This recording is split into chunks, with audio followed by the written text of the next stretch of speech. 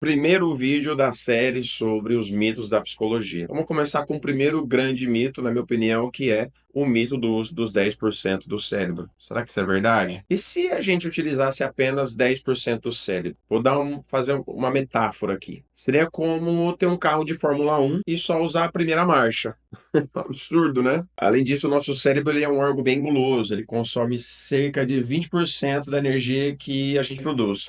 Então, se tivéssemos 90% dele inativo, seria como ter um parasita se alimentando à toa dentro da nossa cabeça. A ideia é, quem nunca sonhou em ter superpoderes, ler mente, ter uma memória prodigiosa, ser capaz de aprender qualquer idioma em semanas e ter uma criatividade ilimitada, né? E etc. Quem não gostaria disso? Mas o negócio é que a ciência desvendou esse mistério e o que acontece é que a verdade é bem menos emocionante. Não existe nenhuma evidência científica que suporta a ideia de que a gente utiliza apenas uma pequena fração da capacidade de uso do nosso cérebro.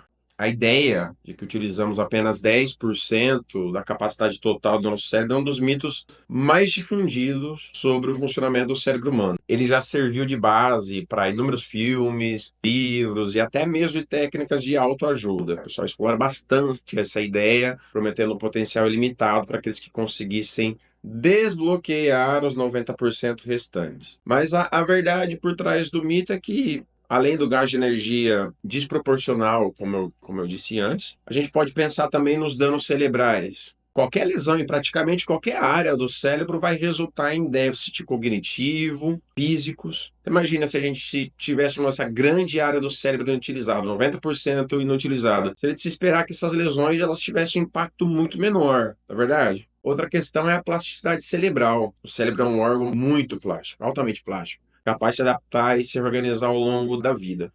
Então, se a gente utilizasse apenas uma pequena parte dele, não haveria necessidade dessa tal plasticidade. De onde veio esse mito? As origens exatas não se sabe, mas algumas das teorias são que, de repente, por alguns maus entendidos sobre a neurociência, simplificações excessivas de conceitos complexos podem ter levado à criação desse mito, né?